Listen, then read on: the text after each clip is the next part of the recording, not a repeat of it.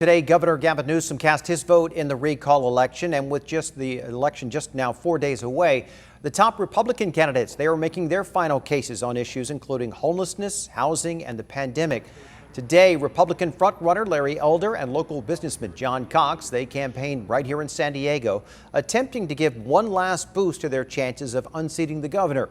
Our ABC 10 News anchor Derek Stahl is going in depth to explain how those challengers are taking different positions from the governor and each other. On COVID restrictions and vaccine mandates, there are clear battle lines between Governor Gavin Newsom and the leading Republicans hoping to unseat him.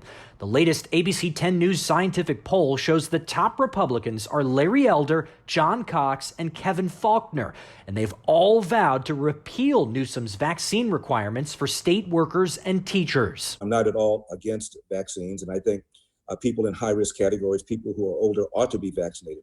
But I certainly don't believe that the government should mandate that people be vaccinated. We still have freedom in this country. When it comes to mask requirements at schools, conservative talk show host Larry Elder is the most opposed, saying masking kids is against science.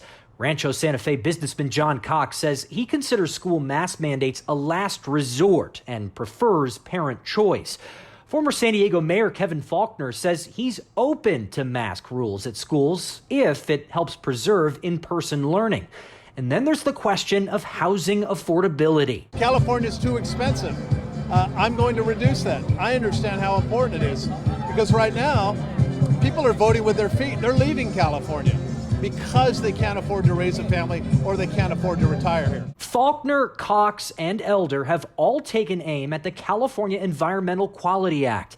They say the regulations should be amended or suspended to make the construction of new homes easier and cheaper. For his part, Governor Newsom has promised to help build 3.5 million new housing units by 2025. But construction has been below that pace during his first 2 years in office, with the pandemic playing a role. Building more housing is also part of each candidate's approach on homelessness, but there are some important strategic differences. Faulconer wants to increase enforcement of no camping laws in public spaces and open more shelters. Cox takes issue with that. We've got to do the compassionate thing and we've got to get them treatment.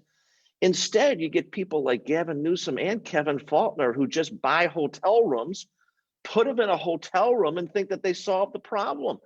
Well, I got news for you. That doesn't solve the problem. That just moves it off the street. Cox argues there's not a lack of beds. There's a lack of effort to get people treatment for mental illness or substance abuse. He supports conservatorships to force more people on the streets into treatment programs. Larry Elder says he wants to address homelessness by empowering religious institutions and nonprofits, not the government, to help people become self-sufficient. In July, Newsom signed the state's largest bill in history to address homelessness, $12 billion over 2 years. It includes $5.8 billion to create more than 42,000 new homeless housing units.